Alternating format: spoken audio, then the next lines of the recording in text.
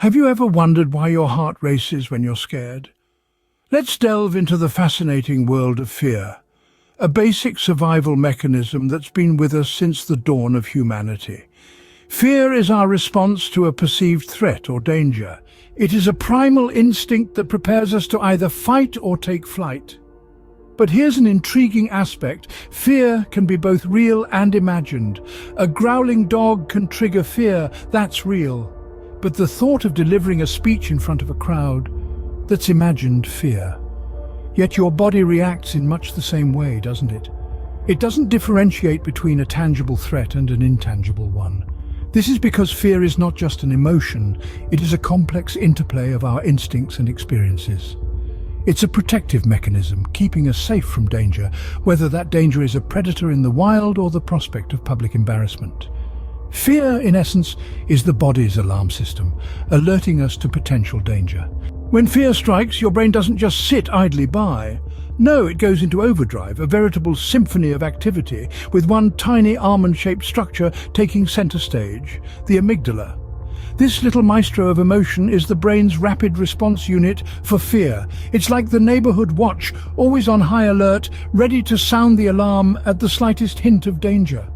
When the amygdala detects a threat, it triggers the release of chemicals that put your body into fight or flight mode. Your heart pounds like a drum, your breath quickens, and you might even break out into a cold sweat. These are all part of your body's way of preparing for action, whether that's to stand and fight or to turn tail and run. Meanwhile, the amygdala sends a distress signal to the hypothalamus, the brain's command center for the autonomic nervous system. This is the system that controls involuntary bodily functions like heartbeat, breathing, and digestion. It's like the conductor of an orchestra, directing all the players to work in harmony. In this case, the music it's conducting is the symphony of fear. But while all this is happening, another part of your brain, the prefrontal cortex, is busy assessing the threat, trying to decide if the fear response is appropriate. It's the voice of reason, the calming influence in the cacophony of fear. Fear, then, is not just a state of mind, but a complex bodily response. It's a powerful primal instinct that has kept our species alive for millennia. And while it can sometimes feel overwhelming, remember, it's just your brain doing its job, protecting you from harm. Fear doesn't just make your heart race, it can also influence the decisions you make.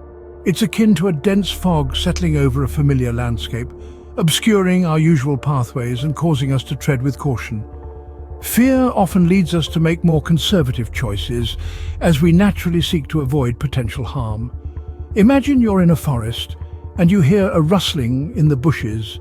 Fear kicks in, and you decide to take the longer, safer route home.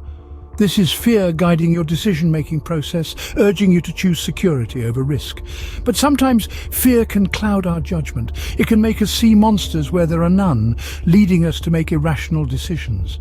When fear takes the wheel, we might overlook opportunities, make hasty judgments, or even freeze in the face of choices. Fear, then, can have a profound impact on how we navigate the world. So, fear can be a powerful force, but it doesn't have to control us. Let's imagine fear as a wild, untamed animal.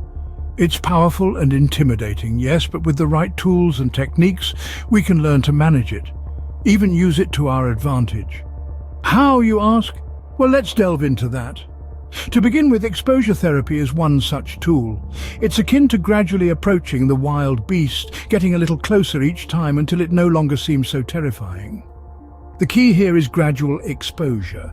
Too much too soon, and you might scare yourself away. But with patience and perseverance, you can slowly reduce the power that fear holds over you. Then we have cognitive behavioral therapy, or CBT for short. This is like learning the language of the beast, understanding its habits, its triggers.